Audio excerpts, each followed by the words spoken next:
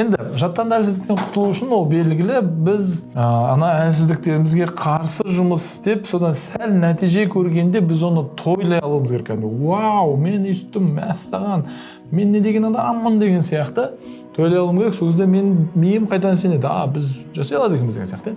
Енді 100 миллиард нейронның 80% қимылға бағытталған болса, онда менің миым жұмыс істеу үшін мен не істеуім керек еді? Қимылдауым керек еді. Сондықтан да қазір ғылым бұған терең кіріп жатыр. Олар не дейді? Қимыл керек бізге. Қимыл, тағы да қимыл керек бізге. Қимыл керек бізге. Кейбір кезде біз ойлаймыз, жексенбі, сенбі күндер, ой, жақсылап бір диванда дем алайыншы, бір ешкіммен жұмысым жоқ, тиіспеймін. Маған да ешкім тиіспесін, сотка ұшқылап кино көріп жатам деп ойлауыңыз мүмкін.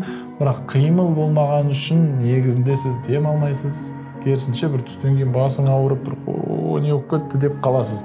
Өйткені біздің денемізге қимыл керек, қайтадан қимыл керек.